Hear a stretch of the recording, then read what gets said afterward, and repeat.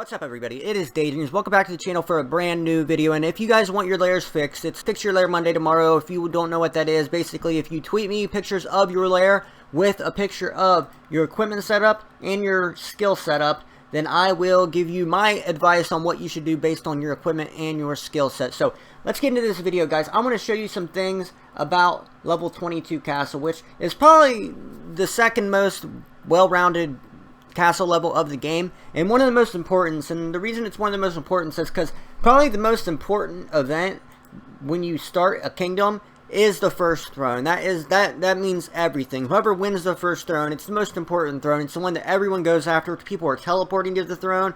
It's the one that you really like live or die by. Like, no one wants to lose the first throne. Like, you can lose like the 5th throne or the 10th throne or the 35th throne, but when you lose that first throne, it'll eat at you for a very long time. So you kind of want to be to Castle 22 by the time you get to the first throne, or at least get to Castle 19 so you got some T7 guard to put in there. But I'm going to show you guys some things that, I think you should know when you're going to start your level 22 castle. So, as you guys know, this is Kingdom 1545. This is the second kingdom that I started with you guys, and we're doing pretty good in it. We have all of the top 5 alliances, and then we have one more in the top 10, but we do have some strong opponents in this kingdom. Like, the number 1 power guy is actually, he's a Korean that is, he's in the Korean-Chinese alliance. It's like a mixture of the two. I know you don't really see that very often. I've never seen it before. But there is really 4 people, 2 Korean, 2 Chinese, that actually came here, followed us here, just to come here and pester us. And it's really making me very suspicious about who these guys are, where they came from, why they decided to follow us here. Because they came here literally like 3 or 4 days after we did. And it's just really, really shady the way these guys just came out of nowhere and decided to come to this kingdom and bother us. But as you guys can see, here's the top 10. As you can see, we're the top 4. The core, we're friendly with core, but if they don't start helping, we're gonna have to drop them. You and 2, that's us. And yeah, so we've got 5 of the top 10. Number 10, they're pretty much harmless. They're a French alliance. THK, I don't know who they are, but I'm gonna have to get to talking to them, see who they are and everything. But as you can see, Lord Power Ranking, we've got Crazy M. He is the Korean in FOT. And then, so 2 Koreans in the top 5. But you can see the rest of this is LOK. So no big deal. And if you go to castle ranking, we're the only one that almost has a level 30 castle. So that's a big deal. That's a massive deal. Because Batal will probably be prestige. Maybe I don't know how far prestige. He'll be a prestige castle by the time this throne comes. So back to us. We're just focused on getting to 22 before the first round, because that's very, very important. And I'm going to show you guys what troops to get when you get to 22 castle, because most of you are probably under a level 22 castle right now. So I figured this could benefit you. And if you're over a 22 castle right now, you could still probably learn something from this video. So I wouldn't give up quite yet. But for level 22, what I think is the best troop to get first is the Royal Knight. And that's because it's the most well-rounded T8 that you can get. It's both an attack troop and a defense troop. You can see it has a very well-rounded health, defense, and attack. So, when you compare it to like a cavalry archer, you can see the big difference there. It's just the defense, and it's got the extra health, but the defense is a big deal. So, next is a little bit tricky, guys. So, it depends what kind of player you are. If you're a heavy attack player, I would go with the heavy pikeman. So here's why I would go, even if you're a defensive player, would go with the heavy pikeman next, is because to go to the next pikeman, you have to go all the way down to T5. It's not T6 like it should be. It's all the way at T5. It's not like every other, like it is in some of the others. So you have to go all the way down to T5 to get to the next pikeman. So this is a good attack cavalry counter. As you can see, increased damage to cavalry. So, I think that this is probably the best T8 to get after the Royal Knight. Now, next, it isn't even a competition. I mean, I know that you have to go all the way to T6 to get the next Eagle Archer or Short Bowman, but the Heavy Trebuchet is just so strong. You can see the difference here. I mean, it's got 20 difference in the attack, and then it's got 3 difference in the health. I mean, the T8 trebuchet is a lot tankier than the T7 trebuchet, and especially if people have T8 plus, you're going to want to have this to help you in the battle. But the T8 archer isn't that bad. Here it is here. It's the Eagle Archer. The next one's the T6, so you know it's not that far. It isn't like you're going all the way to T5 to get to the next one. But here it is here. It has a high defense, high health. It's a good troop. You know, you don't want to use a lot of them when you're attacking, but they do have more health than the crossbowmen, so you know you can get these. It's not that big of a deal. But let's take a look at the rest of this kingdom. I'm trying to think of some newbie tips that I can give you guys. Oh, I know what I forgot to do. I'm hitting my farms. As you guys know, I'm a big proponent of farming. Even if you're spending money, you can save so much money from farming.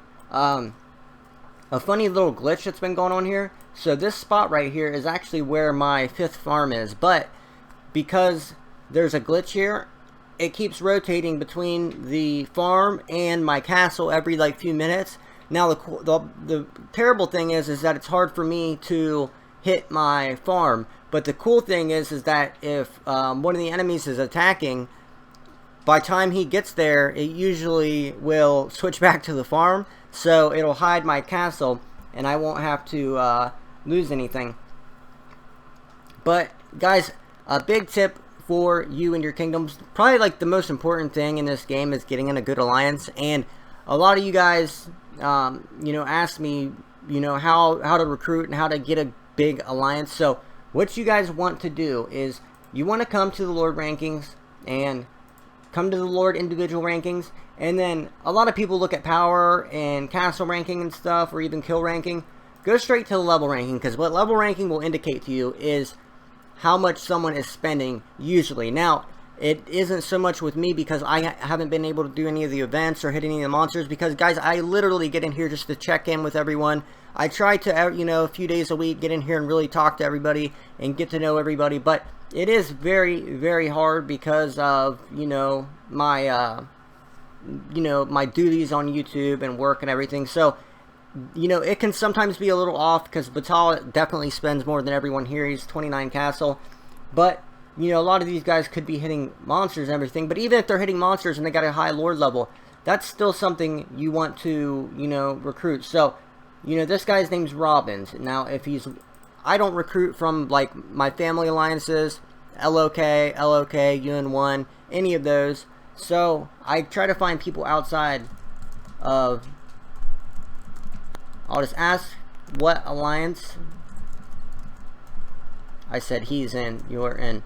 I ask what alliance they're in, try to get some information, and don't just come right out and ask someone to join your alliance. Like, sit and talk to them for a little bit.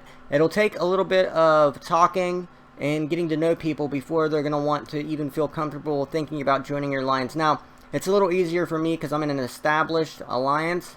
I'm not sure who King of Dragon, White Dragon. It looks like a Myanmar alliance, so I'll find out because we have some Myanmar players and so, like One Punch, he's from there. So find out where they're from, just find out some things. Don't actually just go straight for the kill and ask people to join, because then they'll generally say no. It's a little easier. This guy's name's Big Dick Richie, that's funny. Funny name. Where are you from, dude? So this is how I usually recruit. I just go through, find people outside of the family alliances, because there's no sense in, you know, just making one strong alliance and having the rest of the alliances weakened. And, you know, that would be easy to do, but it's better to have 4 or 5 strong alliances than to have just 1 or 2 very strong alliances. So I try not to do that. So this person is from Indonesia, level 30 Lord, top 55 Lord ranking. So I just say something corny like that sometimes, but recruiting is the #1 thing, guys. And if you don't have, you know, if you don't have a strong alliance that can protect you, then chances are you're not going to win, because, sorry, it is so hard to type and talk at the same time. Chances are you're not going to win because you have to have people protecting you. You have to have reinforcements. I think I see a gap here, guys. Make sure you keep your gaps filled. Okay, that's not a gap. I was getting very, very worried, but guys, let me know if you have used the cannon yet, because we actually did use the cannon to shoot a castle out of here, and it works really good. You just charge it up, and then you go ahead and fire it off, and it shoots 2 shots and burns the walls down instantly. So this is going to change the game to where you have to teleport outside of cannon range. Now, I'm not sure how far cannon range is yet. If you guys know how many tiles cannon range is, let me know in the comment section. But you're going to have to teleport outside of hives, away from cannon range, and hit people, or hit people at night when they can't use their cannons. But you're definitely going to have to take the cannons into consideration from now on. But that's pretty much most of the level 22 castle tips I've got for you guys right now. I'm actually going to start doing daily Clash Royale videos, guys. That's what I'm going to do after this. And I wanted to know in the comment section how many of you guys play Clash Royale, because here's the thing. I'll always play Clash of Kings. I'm always going to do 1 or 2 Clash of Kings uploads every single day. I'll never get out of Clash of Kings. I'm forever entrenched in Clash of Kings. But Clash Royale is a massive, massive game, and I actually really enjoy playing it because I enjoy the real-time PvP aspect of it, where you're making real-time decisions against each other. It's just such a fun game. There's so many different strategies and fun things you can do. Plus, it's really easy to collab in Clash Royale, so I can make videos with Bowsy and other people, and we can do different challenges and stuff, and I think it would be really interesting to branch off into Clash Royale. Plus, Clash Royale has such a bigger market than Clash of Kings. Clash of Kings is the best game ever, but if it made like a version of Clash Royale where it had the real-time aspect to it, I think it would be even bigger than Clash Royale. So let me know in the comment section how many of you guys play Clash Royale. And if you don't play Clash Royale, I think you should at least try it. I'm guessing most of you guys have tried it. But I'm going to start doing some like tournaments and stuff for the channel, so that, you know, we can all play together. And, you know, they won't be massive tournaments, but I'll be able to work something out to, you know, make it fun for, you know, fun for the community. And I think I'll be able to pull in some new subscribers from outside of Clash of Kings, because, you know, Clash of Kings has a huge market globally, but in the United States and in Western countries, it's much smaller than it is in, like, China, Asia, Brazil, Russia, all these places. So we're gonna have to try to branch out a little bit. But thank you guys for watching this video. If you do want your I almost said decks, that's in Clash Royale, but if you do want your lair fix, you guys know what to do. Send me a tweet, #fixmylair, send me a picture of your lair, which is your troops, and then send me a picture of your skill set and your equipment, which is right here. So thank you guys very much for watching. I will see you with a Clash Royale video here in just a little bit. Make sure you smash that thumbs up button, and I'll see you then. Subscribe to them, or at least everyone that's, if you're participating in these shoutouts, then you should go and subscribe to these people, because one day it would be you. So get that karma flowing, and you might be next. So let's go ahead and get right into it. Let's go ahead and select a couple lucky winners, and I'm going to personally subscribe to them as well. You have to use that hashtag in the comments, because there's a lot of people that just come in